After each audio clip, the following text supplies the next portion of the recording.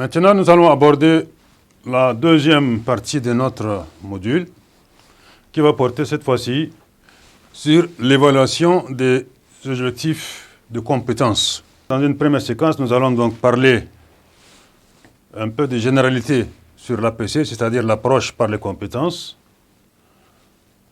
Cette généralité va se décomposer en fondement de l'APC, les objectifs de l'APC et la notion, nous allons essayer d'élucider la notion des compétences.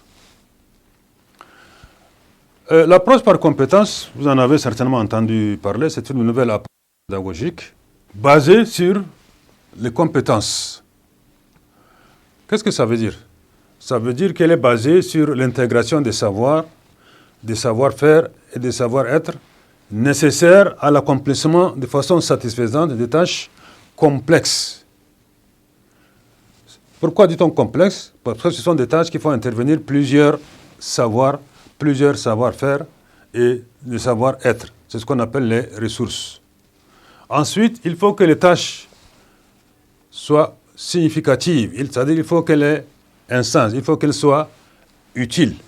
On ne propose pas un exercice ou une tâche à l'élève pour le faire, mais il faut que ces tâches-là aient un sens pour lui, qu'elles soient utiles pour son adaptation à la vie ultérieure. C'est ça la logique, c'est ça le fondement même de l'approche par les compétences. L'évaluation, selon l'APC, va prendre en compte donc l'intégration de tous les savoirs. La tâche qu'on va proposer à l'élève, ce n'est pas seulement de restituer un savoir qu'il a appris, mais plutôt d'appliquer ça dans une tâche. Et cette tâche, il faut d'abord qu'elle soit complexe, c'est-à-dire qu'elle mobilise plusieurs savoirs, et qu'elle soit significative, c'est-à-dire qu'elle soit utile. Parlons un peu des objectifs de l'APC. En termes d'objectifs, il s'agit donc de mettre l'accent sur les compétences que l'élève doit maîtriser à la fin de chaque année scolaire et en fin de scolarité, plutôt que sur ce que l'enseignant doit enseigner. Dans une approche par les objectifs, n'est-ce pas, on met l'accent beaucoup plus sur ce que doit enseigner l'enseignant. Dans l'approche par les compétences, c'est plutôt ce que l'élève doit pouvoir faire à la fin d'une période donnée. Deuxième objectif, c'est de donner du sens à l'apprentissage.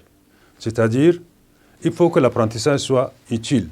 Il faut montrer à l'élève à quoi sert ce qu'il apprend à l'école.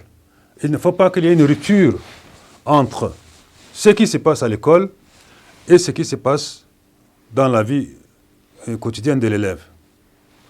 Troisième objectif, c'est de certifier les acquis des élèves en termes de résolution de situations concrètes et non plus en termes de savoir et savoir-faire que l'élève s'empresse souvent d'oublier et dont il ne sait comment utiliser dans la vie courante. Dans nos exercices habituels, dans l'approche par les objectifs, n'est-ce pas,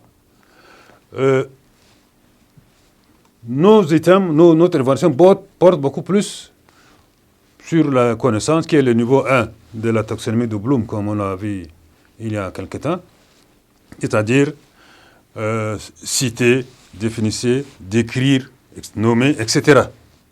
Cette fois-ci, ce n'est pas la même chose. Il faut proposer à l'élève ce qu'on appelle des situations d'intégration. Et cette situation intègre effectivement tous les savoirs. Par exemple, si je dis, s'il y a une situation, par exemple, rédiger une facture, par exemple, ça c'est une compétence. Maintenant, pour que l'élève puisse rédiger effectivement une facture, il doit mobiliser un certain nombre de savoirs, un certain nombre de savoir-faire, qu'on appelle tout ça, c'est qu'on appelle les ressources. Donc, il doit faire recours aux mathématiques, à la grammaire, n'est-ce pas, les accords, tout ça, au vocabulaire, et c'est l'ensemble de tout ça qui forme ce qu'on appelle l'intégration des savoirs. Ce n'est pas seulement des savoirs morcelés. Ensuite, ce qui est important aussi, il faut que ce savoir ou que cette situation d'évaluation qu'on lui propose soit en relation avec la vie courante. Voilà donc ce qu'on peut dire en termes d'objectifs de l'APC. Maintenant, jusqu'à présent, on a parlé de compétences. Mais en fait, qu'est-ce que c'est que la compétence? Bon, la compétence, elle est définie de manière générale comme étant la possibilité pour un individu de mobiliser de manière intériorisée un ensemble intégré de ressources. Les ressources, c'est le savoir, savoir-faire, savoir-être dont j'ai parlé tout à l'heure, en vue de résoudre une famille de situations, problèmes. Alors, essayons d'expliquer qu'est-ce que ça veut dire tout ça. La compétence est la possibilité pour un individu. Ça signifie que la compétence existe chez l'individu à l'état potentiel. Par exemple, je suis compétent en tant que chauffeur, je peux à tout moment, même si on me réveille à 3 heures du matin, et de conduire moi quelque part, je peux le faire. La compétence, donc, est intériorisée, elle est intégrée à moi. Ce n'est pas quelque chose que je peux faire tout de suite et ne pas pouvoir faire quelque temps après. C'est ça ce que ça veut dire, la possibilité pour un individu de mobiliser de manière intériorisée. Et pourquoi de manière intériorisée? Parce que la compétence est quelque chose qui est stabilisé. Si on n'utilise pas la compétence, il est possible aussi qu'elle cesse d'exister. Voilà donc ce qu'on peut dire sur cette première séquence concernant l'évaluation des objectifs de compétences.